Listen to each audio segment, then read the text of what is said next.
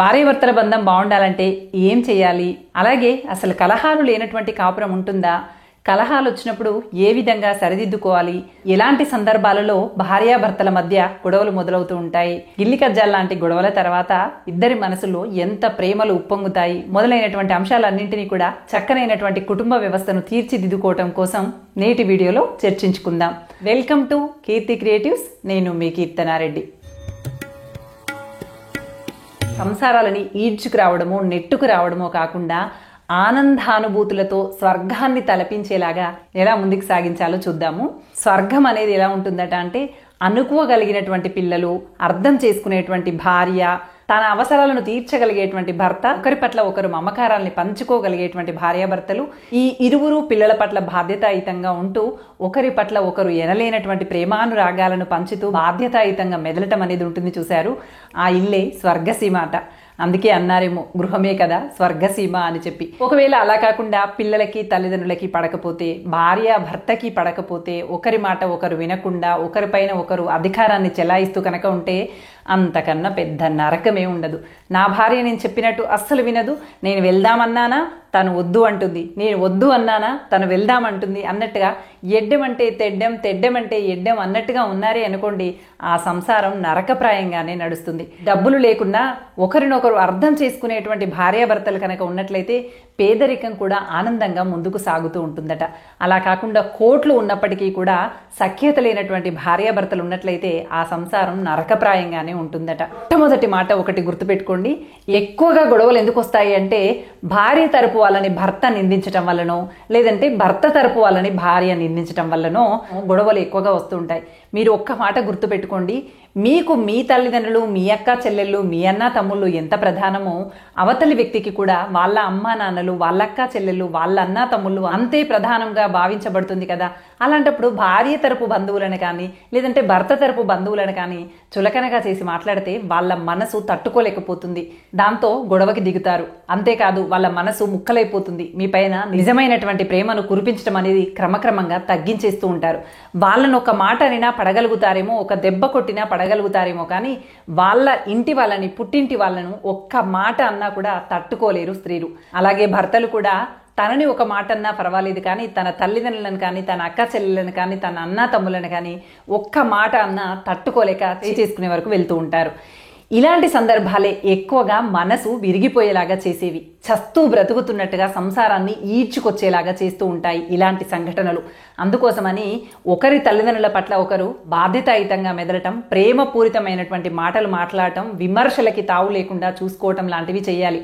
లేదు అనంటే మీరు భార్యతో కానీ భర్తతో కానీ 4 రోజులు ఉండి విడిపోయేది కాదు కదా. జీవితకాలం వాళ్ళతోనే కష్టాల్లోనూ, నష్టాల్లోనూ, సుఖాల్లోనూ, బాధల్లోనూ ముసలితనం వచ్చే వరకు కూడా కలిసి నడవాలి.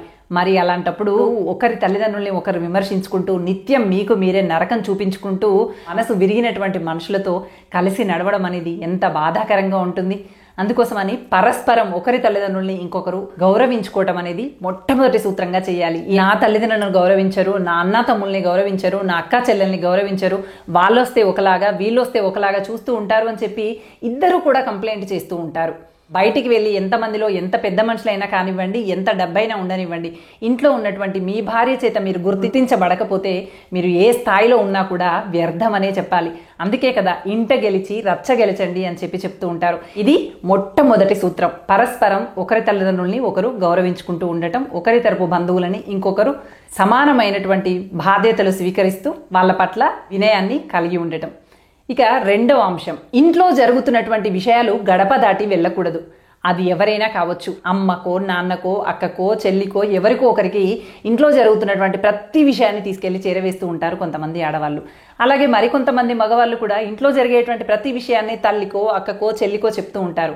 ఇలా మీ ఇద్దరి మధ్య ఉన్నటువంటి ప్రతి విషయాన్ని కూడా గడప దాటి అవతలికి వెళ్ళేలాగా చేస్తూ ఉన్న కొద్దీ మీ మధ్య దూరం అనేది పెరిగిపోతూ ఉంటుంది. ఒకరి పట్ల ఒకరికి నమ్మకం అనేది సన్నగిల్లుతూ ఉంటుంది.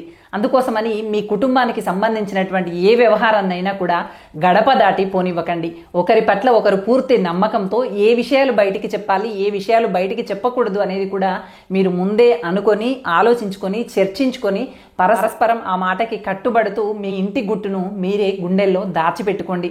అంతేకాని అమ్మే కదా, అక్కే కదా అంటూ బయటికి చెప్పేశారనుకోండి, భర్త తన వాళ్ళకి చెప్తాడు, భార్య తన వాళ్ళకి చెప్తుంది. ఇంకా మీ ఇంటి గుట్టు ఎక్కడిది చెప్పండి?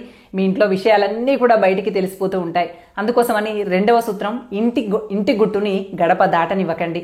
ఇక 3వ సూత్రం, ఏదో కారణం వల్లనో, అన్నం మాడిందనో, పాలు విరిగాయనో, భర్త లేటుగా వచ్చాడనో, భార్య దుబారా ఖర్చు చేసిందనో, పిల్లలు చెబితే వినట్లేదనో, బయటి వ్యక్తి వచ్చి అప్పు అడిగాడనో, ఇలా ఏవేవో కారణాల వల్ల ఒక్కొక్కసారి భార్యాభర్తల మధ్య అపార్థాలు ఏర్పడి గొడవలు జరుగుతూ ఉంటాయి.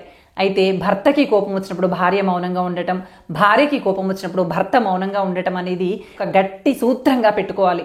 ఎట్టి పరిస్థితిలో భార్యకి కోపం వచ్చి అరుస్తుందా, ఆ టైంలో భర్త ఖచ్చితంగా నోరు మూసుకొని ఉండాలి, ఒక్క మాట కూడా మాట్లాడకూడదు అనేటువంటి సూత్రాన్ని పెట్టుకొని పల్లెత్తు మాట మాట్లాడకుండా ఉండాలి. ఒకవేళ భర్తకే కోపం వచ్చి అరుస్తూ ఉన్నాడా, అప్పుడు భార్య పల్లెత్తు మాట మాట్లాడకుండా మౌనంగా ఉండాలి అనేటువంటి కఠినమైనటువంటి ఆచరణ విధానాన్ని పెట్టుకోవాలి.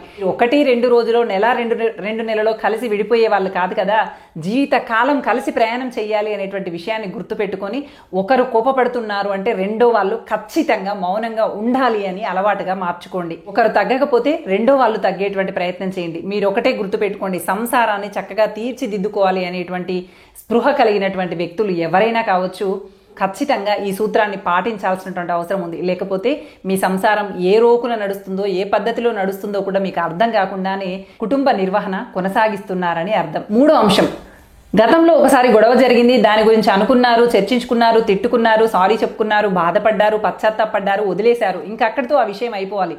మళ్ళీ తర్వాత ఎప్పుడో ఏదో గొడవ వచ్చింది అనుకోండి, గతంలో జరిగినటువంటి విషయాన్ని మళ్ళీ ముందు వేసుకుంటూ ఆ గతంలో జరిగినటువంటి అంశాలను దెప్పి పొడుస్తూ ఒకరిని ఒకరు మనసు విరిగేలాగా మాటలు వదిలిపెట్టుకోకండి. గతం గతః అన్నట్టుగా ఇద్దరు కూర్చొని గతాన్ని ఇంకెప్పుడు కూడా నువ్వు వెలికి తీసి మాట్లాడకూడదు, నేను కూడా గతాన్ని గురించి మాట్లాడను అని చెప్పి ఇద్దరు గట్టిరమైనటువంటి నిర్ణయానికి రండి. లేదనంటే గతాన్ని గురించే ఎన్నో పంచాయతీలు జరుగుతూనే ఉంటాయి, గతాన్ని గురించి గొడవ పడుతూనే సగ జీవితకాలం వృధాగా పోతుంది.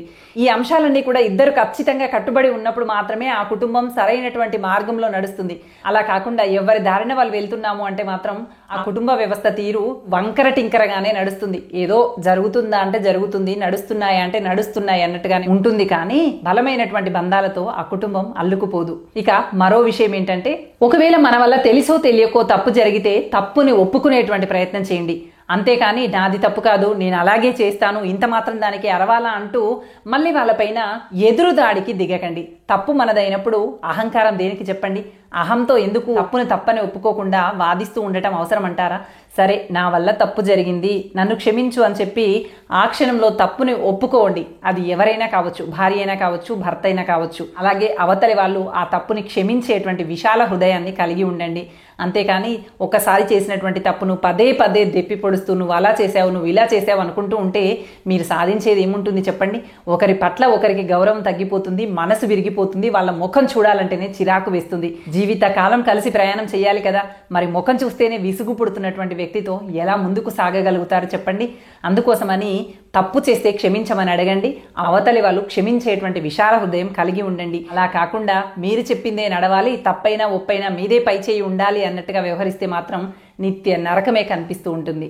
అలాగే మీ భార్య కానీ భర్త కానీ మంచి పనులు చేసినప్పుడు, భార్య అయితే వంట చేయటం కావచ్చు, లేదంటే పెద్దలకి గౌరవం ఇవ్వటం కావచ్చు, అందరి పట్ల బాధ్యతాయుతంగా మెదలటం కావచ్చు, తను సేవలు చేయటంలో కావచ్చు, అనారోగ్య సమయాలలో మీకు సహాయం చేయటం కావచ్చు, ఏవైనా కానీ తను చేసినటువంటి పనులని మెచ్చుకోవటం, తనకి కృతజ్ఞతలు తెలియజేయటం అనేది మొట్టమొదటి సూత్రంగా నేర్చుకోండి. అంతేకాని తను చెయ్యాలి, తను చేయకపోతే ఎవరు చేస్తారు, ఖచ్చితంగా చేయాల్సిందే అన్నట్టుగా బానిస పైన పెత్తనాన్ని చెలాయించినట్టుగా చెలాయించకండి. తను మీ భార్య, తను బాధ్యతాయుతంగా మెదిలింది కాబట్టి మీ పరిస్థితులన్నీ చక్కదిద్దుకున్నాయి అనేటువంటి విషయాన్ని అర్థం చేసుకొని తన పట్ల కృతజ్ఞతా భావాన్ని చూపుతూ తనని మెచ్చుకునేటువంటి ప్రయత్నం చేయండి.